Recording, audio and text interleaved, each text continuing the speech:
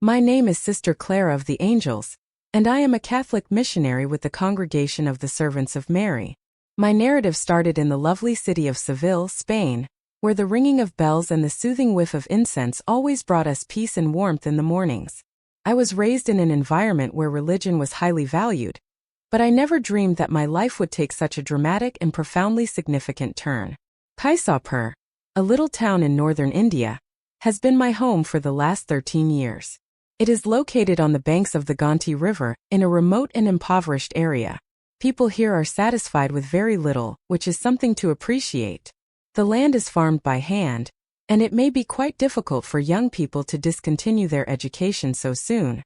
Hinduism and spirituality are very significant here, but it's wonderful to see how, with time and love, the gospel has impacted a few souls. When I arrived, I was treated with suspicion, which was very natural. A woman from another country, clad in white, spoke of a God few people knew and a mother few understood. But I did not come to boss you about, I came to assist. I began by teaching the youngsters to read, which was a very fulfilling experience. Then we established primary health care for pregnant women and the elderly. It was delightful to witness modest signals of trust grow, gently but steadily. One of the most remarkable interactions was with the family of Anaya, a little girl who had been suffering from a high fever for many days. I went to their house with a thermometer, medication, and a rosary in my pocket. When the fever broke, her mother knelt down, looked me in the eyes and said, "Your goddess listened to you." I took her hands in mine and replied, "She is a mother, and she listens to every sincere heart." That day I planted a small seed, and I've been watering it with patience, presence, and silence ever since. Today we have a little church built of clay and wood. It may not have a bell tower or stained glass windows, but it is full of real and passionate love. On Sundays, 40 people fit in, leaving dozens waiting outside the entrance. In April of this year, while worshiping before the picture of the Virgin of Guadalupe, I felt a strong stirring in my heart and inclination. It felt as if Mary was screaming out to me, saying, "Take me into the streets, show me to them with joy. Don't worry, we're here to support you." I didn't say anything for hours. Then I contacted the village chiefs. I'd want to organize a procession next month with prayers, singing, and flowers to honor Mary. They exchanged loving looks. Some chuckled. Others complained. "But why a procession here? It's just not something we do here." I gently clarified that my intentions were not to convert anyone. It was a beautiful way to express gratitude for Anaya's health, for the rain that came after the drought, and for the peace we were gradually feeling return. After chatting about it for a while, they all agreed. We've set the date for May 13th, which is the feast of Our Lady of Fatima. The idea was simple. We would leave the chapel and cross the old bridge over the river with flowers, candles, and songs. My heart was filled with hope. The news spread, and not only among Catholics. It was really lovely to see the young Hindus offering to help with the music. A lovely bunch of women got together as a choir. We were so grateful to a kind man who lent us his cart to transport the elderly. Even the local television station, which is all about rural events, wanted to film the procession live. It's not about having faith, but it's more about being curious. They said, "We've never seen anything like this around here." In the days before the event, the weather took a turn for the worse, and so did my nerves. The bridge we had to cross was old, made of wood and concrete. Thankfully, a kind volunteer engineer had already assessed the situation and was able to reassure us, saying, "It's not the best structure, but if you cross slowly and in small groups, it should hold." But I was a little worried, you know. The night before the procession, I spent some quiet time in prayer, alone in the chapel, facing the image of Mary. I took my rosary and said, "Mother, if this is not your son's will, show me. If there is any risk, kindly advise me. But if it's to carry your name through the streets of this hamlet, please protect me. Protect your people." The next morning the sky was clear, which was really lovely. The flowers arrived, the children dressed in white, and people began to gather. And as I held the image of the Virgin, my heart was swollen with joy and fear. I took a deep breath and said to myself, "Let's go, Clara. Mary is walking ahead." I had no idea that day would change our lives forever. The sun shone down on the 13th of May, and what a lovely sight it was. Not often you see a sky like that in May. I left the chapel in the early morning, just as the sun was starting to peek over the horizon, and the ground was already covered with flowers, lovingly picked by the village children. I barely had time to catch my breath before little girls dressed in white were waiting for me, asked Anaya, holding the rosary I had given her months earlier. Oh my dear, yes, more than ever. In the distance across the fields, I could see men carrying banners with words written on them in Hindi. Mary, Mother of All. It was a beautiful sight to see the other women preparing small baskets of petals to scatter on the image. The village had understood. This won't be a march of imposition or a confrontation, but a chance for us all to come together in friendship and harmony. It was a beautiful display of gratitude. The local TV team showed up bright and early, with a young reporter and a cameraman who had a certain something about him. I have to admit that the cameras did make me feel a bit uneasy. Faith for me has always been enough on her own. But I understood that it could touch distant hearts and perhaps awaken the curiosity of those who would never set foot in a chapel. It was a really special moment for us, and it was even more special that Father Fernando, an Indian missionary from the neighboring region, came to celebrate with us. When he caught sight of me, his face lit up with a warm smile and he said, "It's Vian, the sky is on our side today. And so is Our Lady." The procession was due to begin at 9 a.m., but by 8:30 the chapel was already filled with people eager to take part. It was a really special moment, the first time in 13 years that I saw the whole village come together around something as simple as this. It was faith, simple, deep, and alive. We placed the image of the Virgin of Guadalupe on a small wooden stretcher decorated with white and blue roses. It was a simple statue, but it was heartwarming to see people taking care of it. It had seen a lot of use over the years, and the marks of time and wear were clearly visible. But there, in plain sight, it seemed to glow with its own special light. And then we began. The parade went at a leisurely pace, a gentle stroll through the city. The children were the stars of the show, proudly holding signs with their heartfelt prayers. They were followed by the elders, many of whom were supported by their children or grandchildren. And behind them, there were these beautiful scenes of mothers cradling their little ones, some wrapped in vibrant, colorful cloths. And finally we, the servants, the catechists, and I, our hands firmly placed on the edge of the stretcher, guiding Our Lady with our hearts. In fact, the voices rose in unison. Hail Mary, full of grace. At every street corner someone knelt down. Hindu women placed incense in front of their doors as a sign of respect, which was a really lovely gesture. Others quietly joined the procession, and it was a really special moment. There wasn't a hint of disagreement or mockery. There was something different in the air. A strange and powerful peace, as if the whole place were enveloped in an invisible cloak. The bridge was about 300 meters from the chapel. It was a simple ancient structure with a stone base and wooden planks. It crossed the Gonti River, connecting the village to a farm road, which was really helpful. On that day it would be the center of our procession, and I just couldn't wait to see it. As we got closer, I felt my heart start to race with excitement. The image in front of me flickered slightly in the wind, almost as if it was trying to tell me something. The footsteps slowed as if they too were feeling the weight of the world on their shoulders. A few elders showed a little reluctance when they caught sight of the bridge. I totally get it, I hesitated too. There was no obvious danger, but there was something, a feeling I couldn't quite put my finger on. It wasn't fear. It was as if time itself had thickened, as if everything around us was watching in silence, waiting for the right moment to act. I asked the groups to cross calmly in small groups, and they were really good about it. 2 volunteers were on hand to help guide people across. The wood creaked with every step, but it held firm, reassuring her that they were doing well. The children were the first to cross, smiling from ear to ear, and they were followed by the mothers. The reporters crossed behind them, filming every moment. When it was my turn, I took a deep breath and stepped onto the bridge. The sound of the river below seemed louder than usual, almost as if it wanted to be heard. I could feel the wind shift, and then I heard the sweetest singing. It wasn't ours, poor thing.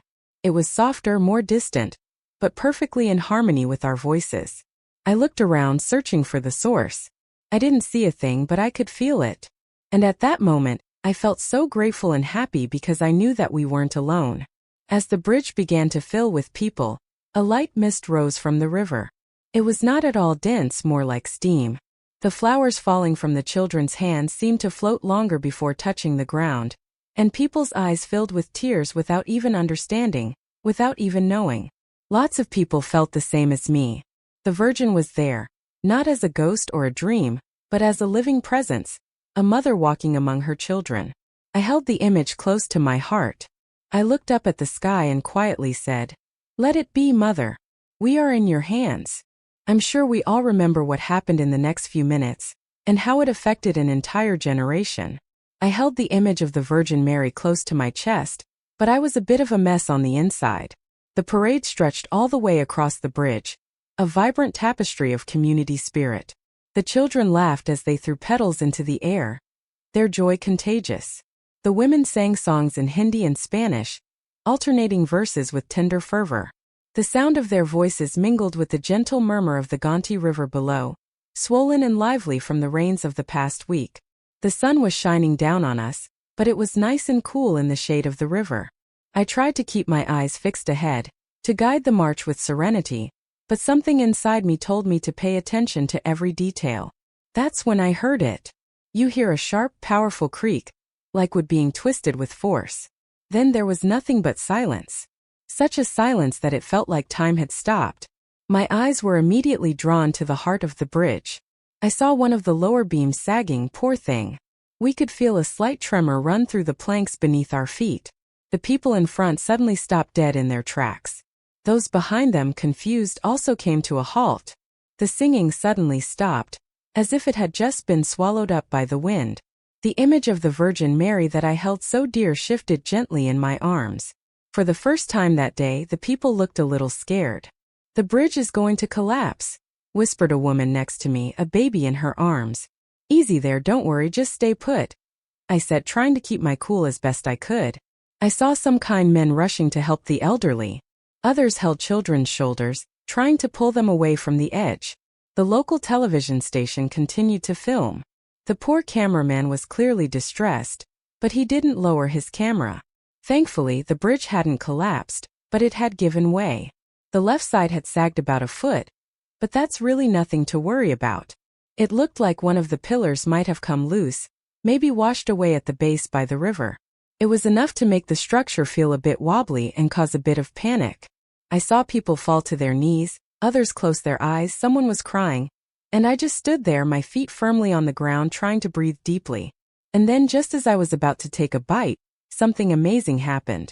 It's not some grand, awe-inspiring experience, but rather a gentle, deeply meaningful encounter that only those with a heart open to the divine can truly appreciate. The wind died down all around us, and even the river seemed to calm down. The sunlight became softer, as if a little cloud had passed, although there were none above us. And on the bridge, despite the fear, an inexplicable silence fell. It wasn't a silence of despair, but a different kind of silence. You know, the kind you can hear with your heart. Then, in the midst of the gathering, a child's voice began to resonate, offering a gentle prayer that touched everyone's hearts. "Hail Mary, full of grace, the Lord is with you." After that, there were more voices, and a woman with tears in her eyes carried on talking. Then a young woman, an old man. And then, as if by magic, everyone started praying, each in their own unique way, with their own pronunciation, their own rhythm, their own emotion. A special moment of unity, born out of fear and transformed into confidence. I knelt down. I placed the image of the Virgin Mary on the floor of the bridge, right in the center, and it felt so right.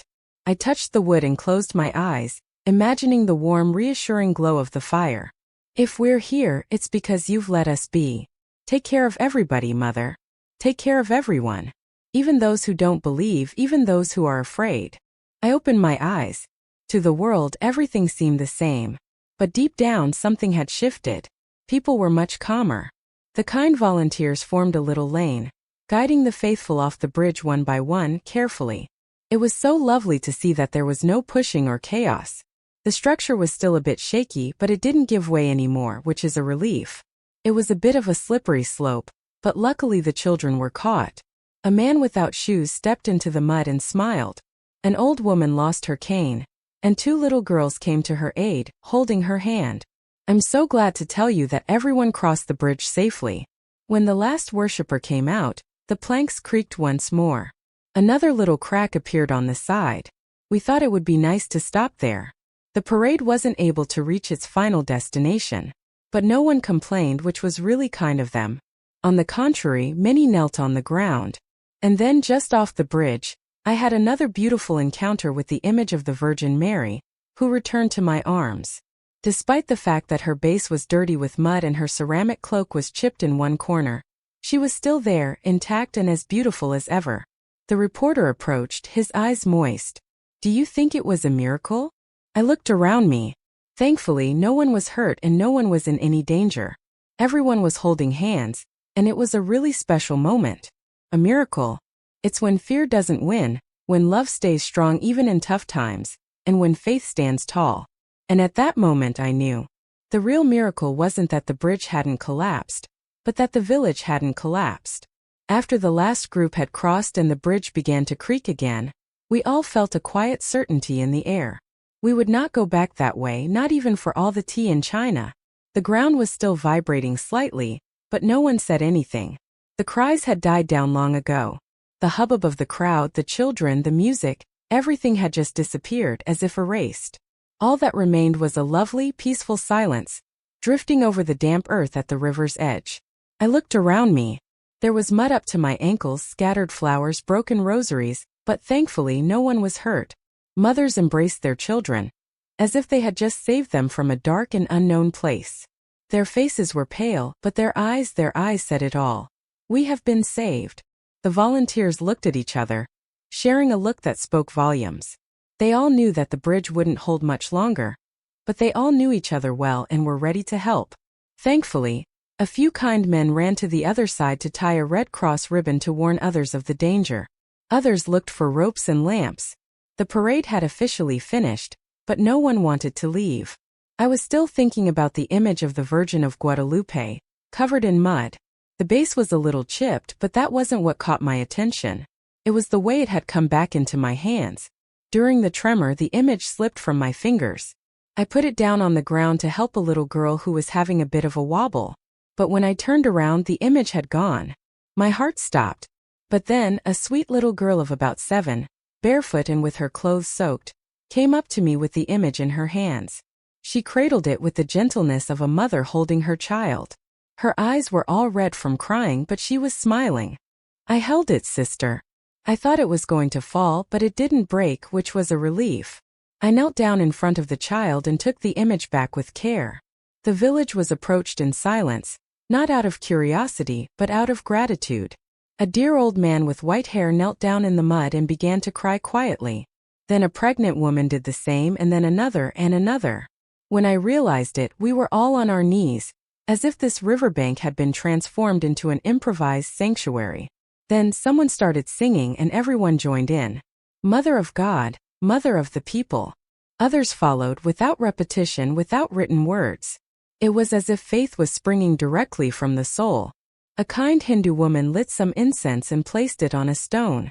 A young Muslim man approached and said with his hands on his heart, "I don't know this mother, but she has protected us." I just gave a little nod. It wasn't the right time to talk about doctrine. It was the time to welcome what God was doing in His own way, not ours. The television reporter, the same one who had filmed everything, asked me in a low voice, "Don't you want to make a statement? What is happening is incredible." I looked at him with a warm smile. Just wasn't the right time for cameras. The truth was out there, plain to see, in the way people were crying on their knees and in their expressions. But still, without any drama, I spoke into the microphone. We are alive, we are at peace, and that is enough. Faith is simple. It does not need spectacle. He gently lowered his camera. A few minutes later, a light wind came in from the river, sending shivers down my spine. The flowers strewn on the ground started to dance on the water, as if to the melody in the air. A small bird perched on the now empty bridge and sang a wonderful melody that resonated over the hill. I will never know what the bird's name is, but I'm sure it's gorgeous. But everyone there thought it was a gesture of peace, which was very nice. Women collected the soiled petals. Others tenderly created a makeshift altar out of natural items such as dried leaves, centering the picture of the Virgin Mary. The ground was bathed in a warm, soothing light as the candles were lit one by one, their little flames dancing in the breeze. And there, under the shadow of a bridge that almost collapsed but did not, the first Marian shrine in this area was founded. A sanctuary constructed of living faith, sweat, tears, terror, and bravery, rather than stone or gold. As the sun sank behind the mountains that afternoon, I got a few moments to myself before capturing the photograph. I carefully stroked the chipped corner with my fingertips and muttered, "You didn't have to do anything, and you did everything." I got it. Surprisingly, we had not lost anybody and still had hope. After the procession, the hamlet of Kaisapur was never the same. The following morning, I awoke to dozens of texts on my phone, which is unusual in this area with poor network coverage. My Spanish friends contacted me and expressed their disbelief. Others inquired, "Are you safe? I'm wondering if you know what happened on the bridge? How did no one get hurt?" The night before, the local TV station aired a video of the procession, and the next day, a regional channel repeated it. It was amazing to watch how quickly those photographs went across India. In only a few days, it had appeared on a variety of websites including Catholic, Hindu, and Muslim pages, as well as several atheist forums. Everyone was asking the same question. How could no one have been hurt when the bridge was literally on the verge of collapsing and was so crowded with people? Some talked of luck, while others spoke of miracles. Some individuals even speculated that the video had been manipulated, which is quite unfortunate, since it shows that people no longer believe the media. I didn't say anything, at least not first. I simply wanted some calm and solitude. Oh my, the bridge's structure was really doomed. A few days later, local engineers arrived to do an inspection. They discovered 3 pillars had collapsed, and some of the earth under the riverbed had eroded. Among them was a young, serious man who looked at me with wide eyes. He responded, "Sister, logically, this bridge should have collapsed before or during the procession. I can't put my finger on why, but something about it just kept them hooked." The news spread like wildfire, and it was so lovely to see everyone coming together in support. Some media outlets were so excited about this that they used the word miracle in their headlines. Others preferred to talk about a provident, "It just needs to be alive." But it was the people who really blew me away. During the week, people from nearby villages began to arrive, and it was lovely to see everyone coming together. Some came on foot, while others arrived in carts or on old motorcycles. They asked to see the image that had survived the fall, and I was happy to oblige. They wanted to see the bridge, to pray, to give thanks. Many brought flowers, while others chose to bring their silence in. I saw no one flee, and many sang even as the bridge crumbled. I've never seen anything like it anywhere. I smiled, gently touched his shoulder and said, "Faith is there for us when we're going through hard times, just like a supportive hand that helps us pick ourselves up when things seem to be falling apart." People started asking me for rosaries, images, and brochures, which was lovely. We had to improvise outdoor catechesis, but we managed. And even the television came back. This time it's not about asking those big, juicy questions, but rather it's about showing respect. The cameraman who had filmed the procession, looking a little scared, came over to me and said in a quiet voice, "When the bridge cracked, I felt a kind of calm come over me, as if someone had placed a hand on my chest and said, 'Film, everything will be all right.'" He wasn't Catholic or religious, but on that day he lit a candle and cried. I'm so happy to tell you that the heartwarming story of the little girl who saved the image of the Virgin Mary with her own hands also spread. Poor Anaya. With her tangled hair and bare feet, people started to call her the girl from the bridge. She didn't really talk about it much, but she did say that when she was scared she saw the image slip and knew she had to grab it. "It wasn't me, sister, it was her calling me." I started to understand that people weren't searching for something out of this world. They were searching for meaning, something that would reconnect them to the simple, the profound, and the true. It's so comforting to know that we're not alone. Theologians reached out to me with an interest in exploring the possibility of officially recognizing the event as a miracle. I gently replied that it wasn't my place to put a label on what we had gone through. My role was simply to continue to serve and to love. For me, the real miracle was something else, though. It was so heartening to see Hindus and Catholics praying side by side, Muslims and atheists helping to build an altar, children praying spontaneously, and men crying without shame. It's so inspiring to think about the people who chose to live life to the fullest, despite the fear they faced. Instead of giving in to it, they chose to live life with faith, embracing a new, free and serene way of life. In my life as a missionary, I had never seen anything like it, and deep in my heart, I knew that something wonderful was just beginning. On the fourth day after the procession, I went back to the Gonti River by myself. In the stillness of the morning before the sun had fully risen, I walked barefoot along the dirt path, the dew glistening on my fingers as I held my rosary. I had the image of the Virgin wrapped in a white cloth with me. I really didn't mean to start anything new. I just wanted to say a big thank you. But as I got closer to where the bridge had collapsed, something caught my eye and I stopped in my tracks. There were candles, lots of them, lined up in a circle on small altars made of stones, bricks, and even pieces of old wood. Next to each candle was a piece of paper, a flower, a photo. The ground in front of the old entrance to the bridge had been transformed into an altar by kind, anonymous hands, without any announcement or invitation. It was as if the people had understood, better than anyone else, that a special place where they could encounter the sacred had been created there. I approached with care, as if I were walking on sacred ground. I read a few notes written in Hindi, English, and even in broken Spanish, which was really interesting. One of them said, "Thank you, Mother, for saving my son." Another in shaky letters read, "She made me believe again." There, nestled next to an unlit candle and a string of pearls hanging from a cross fashioned from branches, was a child's sandal. I didn't need to ask any questions, which was great. The faith of the people really showed how much they cared. On that very same day, a lovely group of women got together to organize something really special. They called it a Tuesday Vigil. And it was just the kind of thing that makes the heart sing. They brought flowers and candles and recited prayers, without a priest, without obligation, just simple heartfelt prayers, like the ones that had been said there. The following week, some young people built a beautiful structure out of bamboo and leaves to house the image of the Virgin. I was a little hesitant about leaving it outside the chapel, but the community encouraged me. They said, "Sister, this is where she showed us that she cares for us. This is where she must stay." I agreed, not because of any superstitious beliefs, but because I understood that it was so much more than just a place. It was a stunning display of faith that deserved its own particular spot. Slowly but steadily, the modest beginnings of a basic standing altar transformed into something lovely.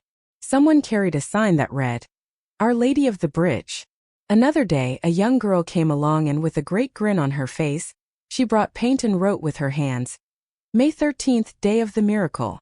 Within a few days, the friendly people from the neighboring villages began to visit. Some arrived by bicycle while others walked. They hadn't been formally invited, but it seemed like everyone was waiting for them. They brought rosaries, ribbons, water with flowers, candies, and fruit. Every day, the community that was once forgotten welcomes pilgrims. There was no recognized liturgy, and no priest performed Mass there. However, there was prayer, stillness, and a sense of respect that I had only felt at particular sites in Spain. The mayor of the next town came to check on the issue, which was quite kind of them. The local official, looking a little tired but still smiling, asked me, "Are you planning to build a church, sweetheart?" I replied with a warm smile, "No, I just want to let people pray."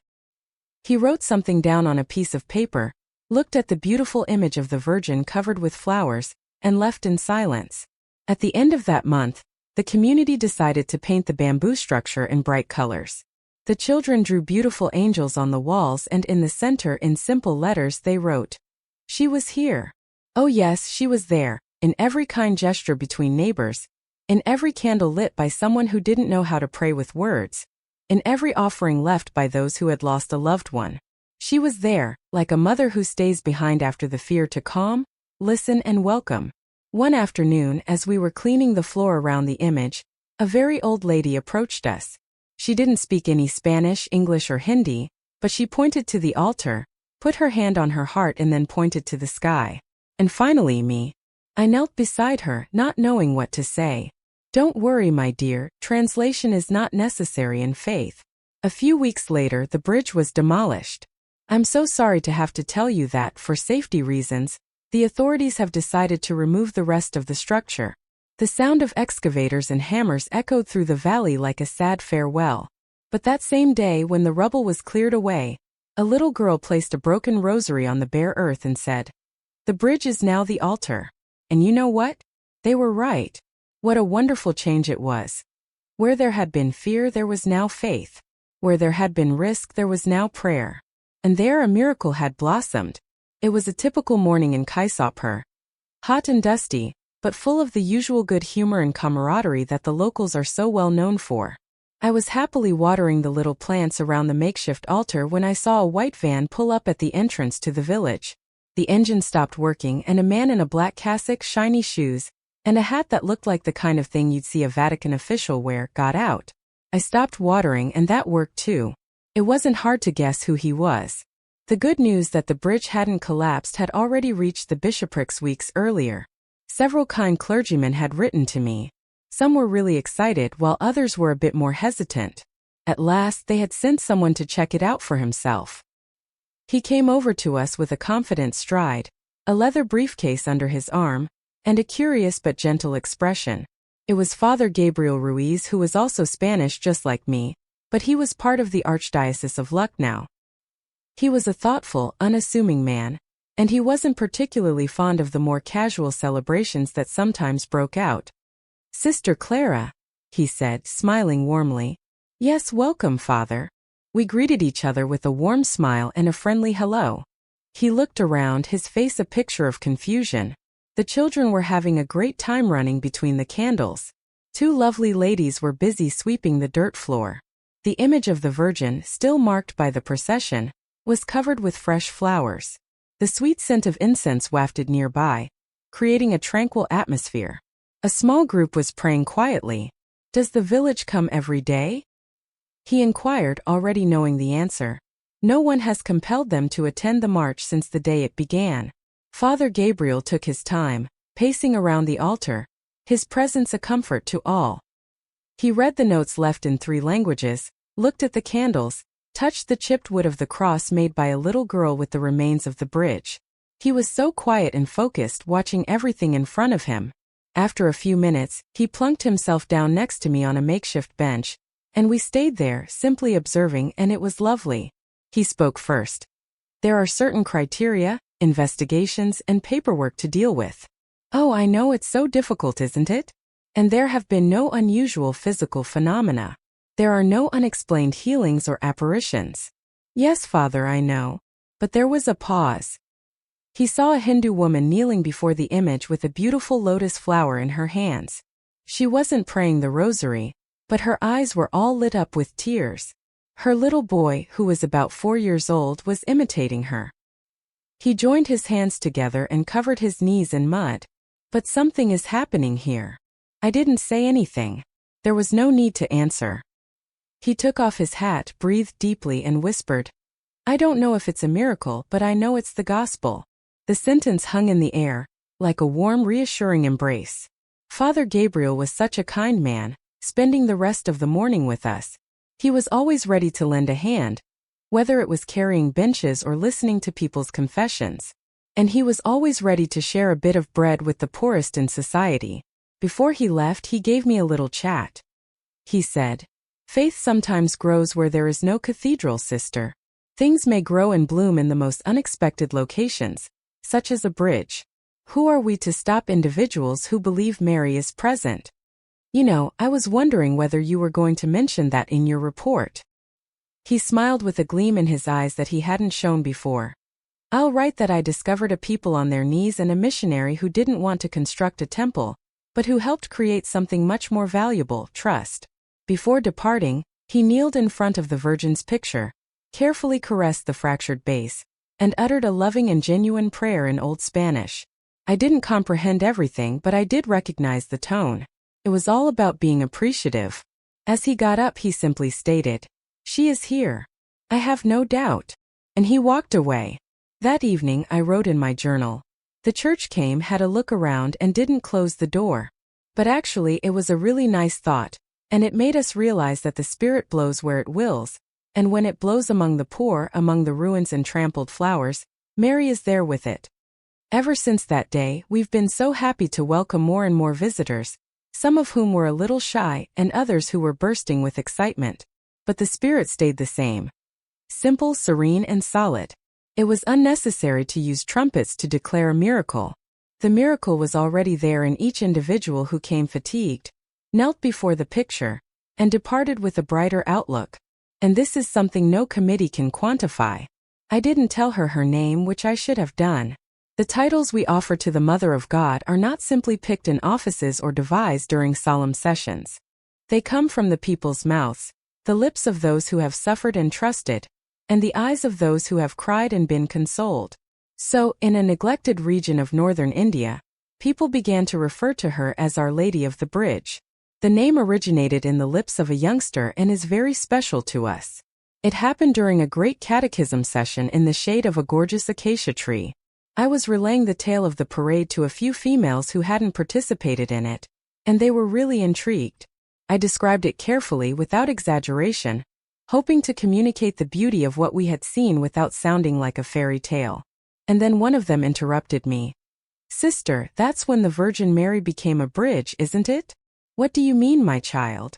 "Oh, don't worry, the bridge almost fell down, but you said it was her who held it up, so she became a bridge." After a brief pause, the room was filled with warm smiles. Another girl echoed, "Yes, the Virgin of the Bridge." The moniker stuck. At first, I thought it was beautiful yet a touch too simplistic. Then, my gosh, I got it. That is precisely why it was just perfect. The Virgin was not a queen on a throne. She did not seem to be surrounded by light. She didn't weep blood, thankfully. When the earth fell away, she just kept her children's feet in place, like any mother would. The elders started to recite the title with respect, their voices warm and filled with emotion. One day, an elderly guy with a cane told me, "I used to call on Shiva when I was afraid. Now I call her Mrs. DuPont and she understands me." It wasn't long before small pictures with this name began to appear. A local artist, who had never painted religious subjects before, created a stunning depiction of the Virgin with her hands open over a shattered bridge. Her gaze stared down, like if she were watching a kid struggle to cross a river alone, and it was devastating.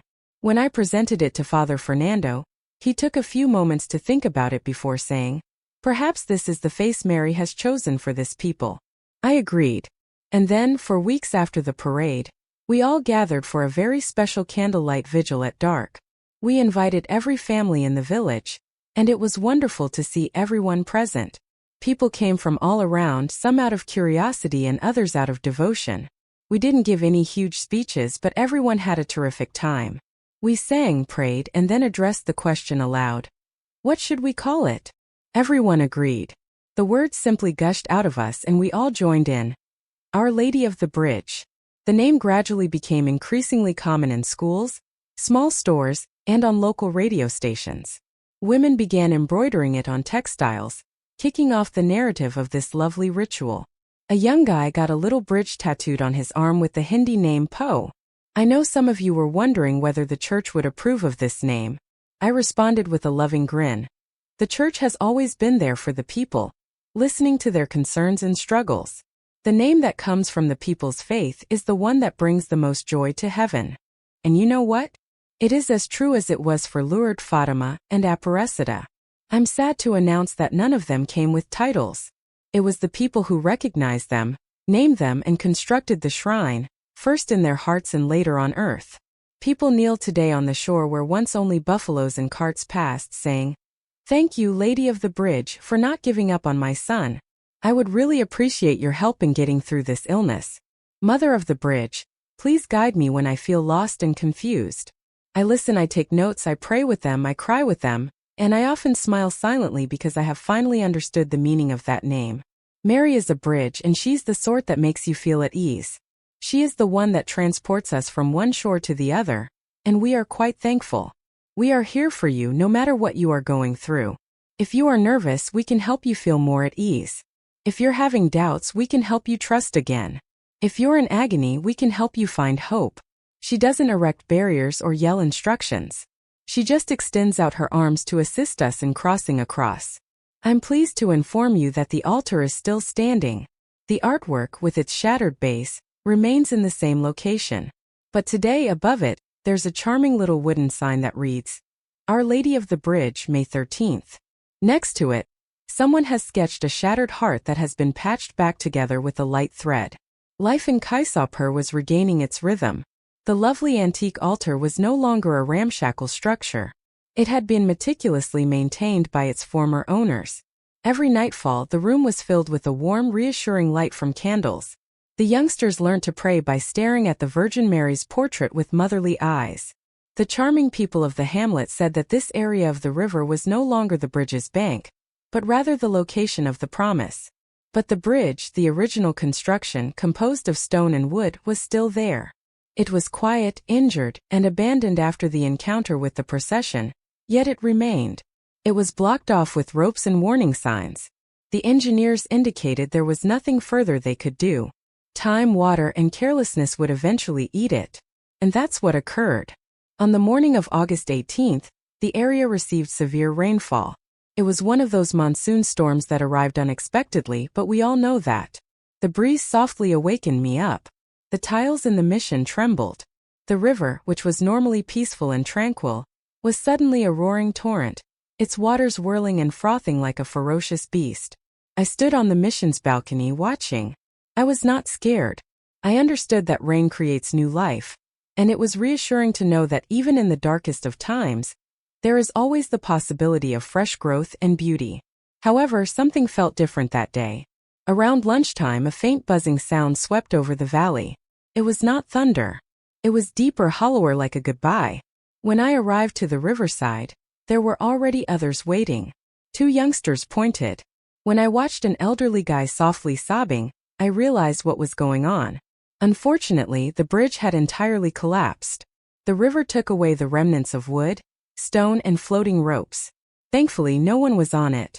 Fortunately, nobody was wounded.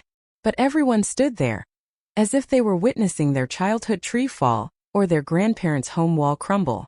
There were no screams or terror, just a feeling of respect and solidarity.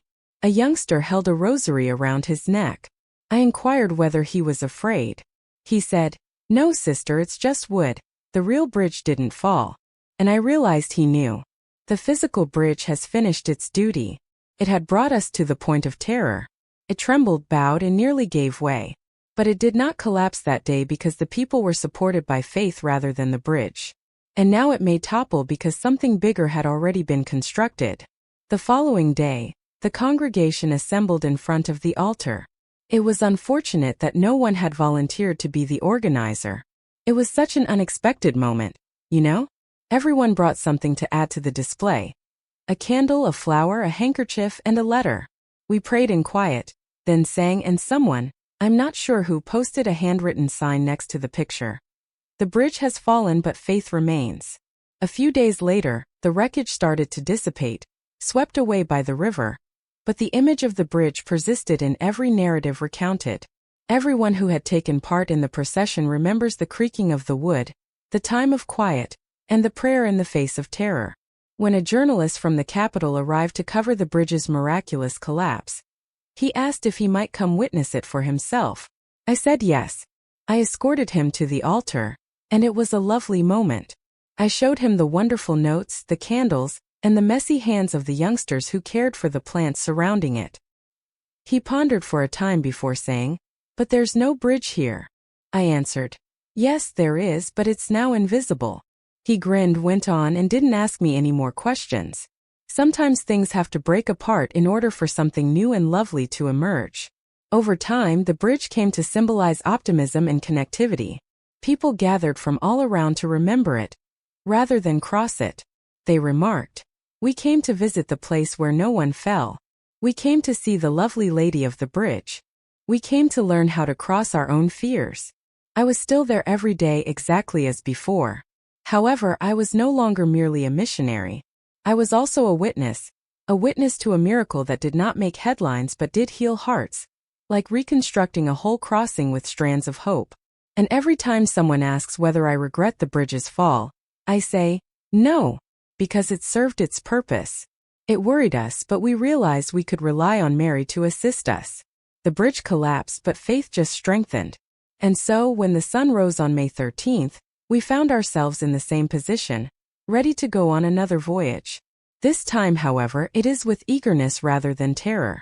Not in tight quiet, but with loving prayers, lovely flowers plucked before morning, and a peaceful conviction in every villager's heart. It had been a year since the parade, which had almost turned tragic but had instead become a sign. The bridge that had broken and almost fallen was no longer standing. In its place was nothing but firm earth, grass growing around it, and a lot of confidence. As soon as the sun dawned, people gathered in front of Our Lady of the Bridge's shrine. The youngsters adorned the space with colorful flags and garlands created from flowers they collected from the garden.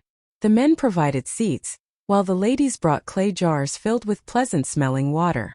A little girl wrote a statement in white chalk on the ground that no one dared to erase. May 13th, she crossed with us. I had stayed up the night before in solitary prayer. I repeated every aspect of the previous year in my mind. The crack, the quiet, the rosary, the kid who returned the picture, the bridge that had stayed steady before collapsing, but only when it was no longer needed. My heart swelled with emotion as I saw the first candles being lit that morning, one by one, as if each flame were saying, "I am here, I remember. I still believe." Around 9 a.m., the small group of people formed a beautiful procession. This time the path did not involve the bridge, but that didn't matter since we all understood that the true trip was about walking together in trust, just like we had on that wonderful morning last year. Father Fernando had returned from a long distance away. He would celebrate Mass outside in front of the altar, standing next to the image of the Virgin, still with its cracked base, but now with a beautiful new band embroidered by the village women. Our Lady of the Bridge, Po Chimera. As the parade approached, I could hear everyone singing their hearts out. Hail Mary, full of grace. The words hung in the air like seeds, ready to take root and grow. As I came closer, I saw something that made me experience all of the emotions. Anaya, the small girl who had carried the photograph the previous year, wore a white outfit. She had grown somewhat taller and was holding a plate of petals and a candle. Her eyes were so calm and her feet were bare. She glanced at me and said, "Today is the bridge's birthday, sister." I smiled and answered, "Yes, my child, and of all of us who have crossed it." The Mass started with a respectful stillness, which created a peaceful and thoughtful mood. The Gospel reading was based on the wonderful tale of Mary's visitation to Elizabeth. And when the priest exclaimed, "Blessed are you among women," I heard cries around me, not of grief but of great passion. At the conclusion of the party, I requested permission and approached the improvised microphone. The community already knew who I was, but they waited quietly, which was quite kind of them. I said, "A year ago we were here and we were filled with fear. We thought the bridge was going to collapse and take us with it, but it carried us to the edge of fear and stopped because Mary was with us. Today we are here to celebrate the life of a truly remarkable person who we all miss dearly. We are here to give thanks for what really happened, which was a beautiful miracle of trust." There was a short but heartfelt round of applause, and then everyone knelt down. "We much appreciated your discreet support when things got nasty. Now we are no longer afraid. For we know that if the bridge falls, your love will sustain us." And at that moment, under the clear sky of northern India, I understood. Faith had crossed over and it had stayed. The following year, the procession was a whole new adventure.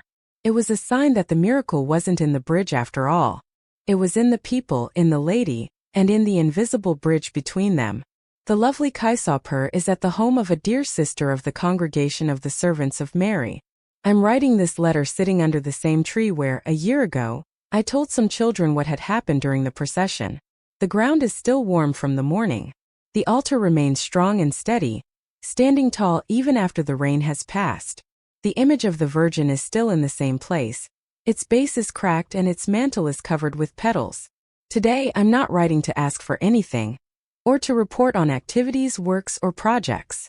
I'm writing because I feel like something inside me is coming to an end. I'm not planning on leaving, not in the physical sense at least. I'm still on a mission, still in this lovely village that has become my home, among these wonderful people who have become my family. But I feel with clarity that my personal journey has reached a point of silence, a point of fulfillment, and I wanted to put it in writing. When I was sent to India more than 13 years ago, I was a little scared.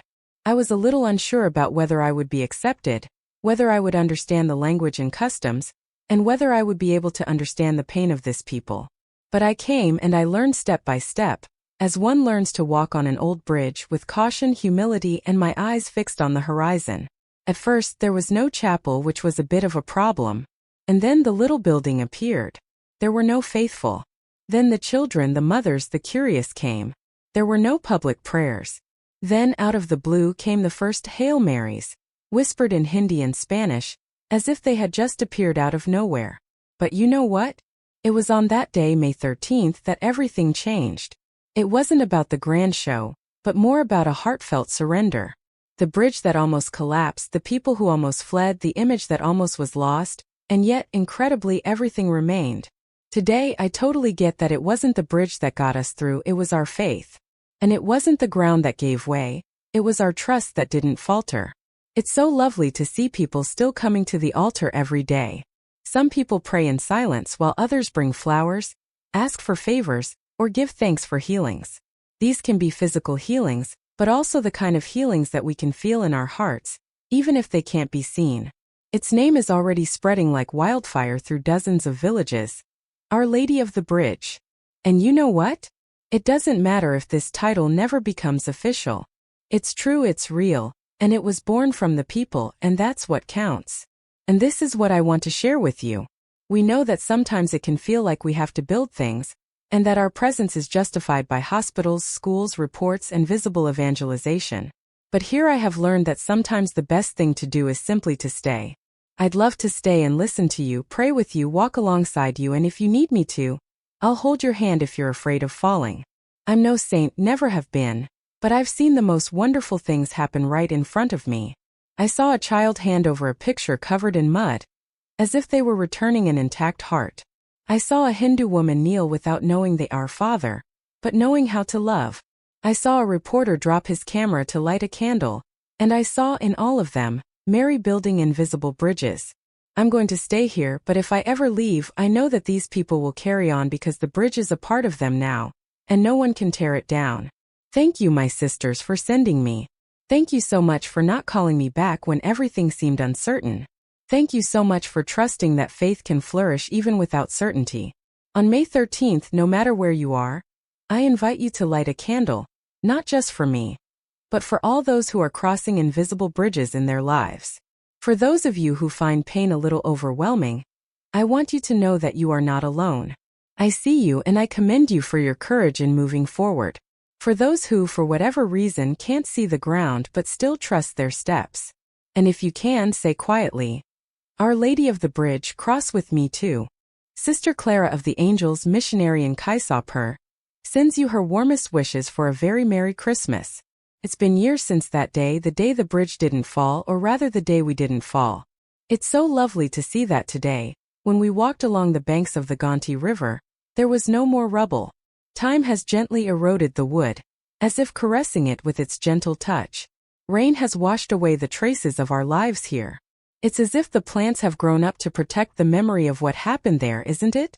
But don't worry, the altar remains. It's not just mud anymore. Over time, the people have built a small, simple chapel, hand-painted with live flowers all around and a wooden cross on top. Right in the middle, you'll see the same image of the Virgin Mary. Isn't it amazing that she withstood the fall, was saved by the hands of a child, and has been the mother of this people ever since? Just above the entrance to the chapel, there's a little wooden plaque that says, Our Lady of the Bridge, Po Chimera, where faith crosses over. People keep on coming one after the other, a steady stream of simple, unassuming people. You might spot a man or woman with their shoes off, or a child holding hands with their grandparents. Some arrive in silence, others pray out loud. Some people might not have learned how to pray yet, but they come anyway, and they feel something. They come to give thanks, to cry, to say goodbye to loved ones, or simply to say, I too am trying to cross my bridge. The story of this beautiful procession began to be told in local schools, and it was wonderful to see the children so excited to learn more about it. Hindu teachers are so kind and respectful. Young Muslims learn about it from their parents, who are always there to guide them. Naturally, Catholics experience it with a deep sense of devotion. But no one argues because everyone understands that this miracle has no religion. It's all about love, care, and peace, isn't it? In the second year, we were delighted to welcome followers from other regions. In the third year, we were joined by others from other states, which was really lovely to see. Then in the fifth year, a group from Nepal arrived to pray. And it was an old Buddhist man with a voice as calm as a gentle breeze and eyes as deep as the ocean, who said the words I'll always remember. She did not just protect Catholics, you know. She worried about the kids, and she did it for all of us. The image of the Virgin was officially enthroned with the title chosen by the people, who were very excited about this special event. You don't need to worry about getting the Vatican's approval, because what the heart recognizes can't be denied by time, titles, or documents. One day, a journalist asked me if I believed that all this was a Marian miracle. I smiled and replied, "Well, it depends what you mean by if it's a show with lights and visuals, it may not be the greatest option. But if it's the fact that no one was wounded, that the people prayed, that faith sprung from fear and converted an old bridge into a live altar, then it was a miracle, and it still happens." It's encouraging to see our village's youth pursue their aspirations in education. Many of them have been able to begin on this exciting academic adventure, because to the generosity of supporters and the fantastic scholarships made possible by their contributions. Volunteer physicians make monthly visits to the neighborhood, and every evening at sunset, someone, always someone, lights the first candle on the altar. Only the first one, however. The others ignite themselves, which is quite useful. A few years back, I decided to cease writing lengthy reports. I've discovered that keeping a tiny notepad in which I record the kind things people say to me has been quite beneficial. It's the little things in life that matter, right? Here are a few examples. I'm so happy to tell you that my daughter is feeling so much better. I promised I'd come and say thank you. I don't go to church, but here I feel at peace. She really helped me get through it. These sentences, don't you think, are more valuable than any homily? I am not as healthy as I used to be. My body becomes exhausted faster, and my hands tremble slightly, but I keep going. And when I can't walk anymore, I'll know I've done precisely what I set out to do. Be a silent bridge between Mary's love and the children she'll never forsake. And if someone asks who Sister Clara was, tell them that she was there when the bridge almost collapsed, when the people almost fled, when faith almost was lost. She stayed, she prayed, and she saw an altar rise where there was only danger before. That is what I'm most proud of, my legacy. Or rather, it is the legacy of the bridge. The bridge that fell but did not bring us down. The bridge that broke but taught us to cross from within.